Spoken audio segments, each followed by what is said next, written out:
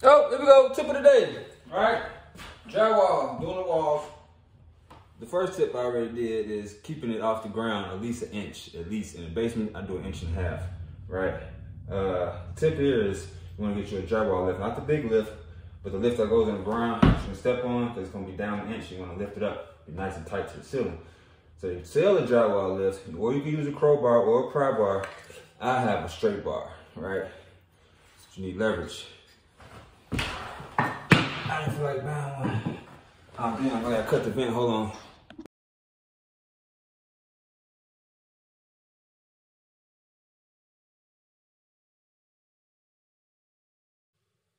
Oh, now we're ready. Oh, another tip. Told you I got tips for days. Actually, I just saw this the other day on Instagram. It was a chick, and she was DIY. She's putting up drywall by herself. She put the screws in just a little bit already, so when she put it up, because you end up, when you're by yourself, you're going to hold it with one hand, you got to screw with the other hand. But sometimes you're trying to hold it, put the screw on the drill, and screw the screw into the drywall just a little bit. I got 3 in there. So once I get it in position, now I got my bar down there. Sits on the bar.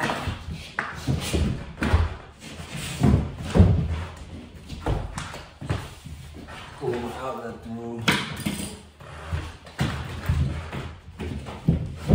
There's some flush.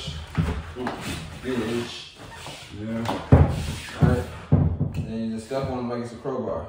Go up. That's it tight. Alright. And the screws already there.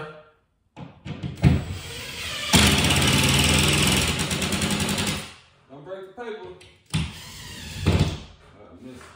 Shouldn't miss, it's too far off. Let me see. Put that one back over here.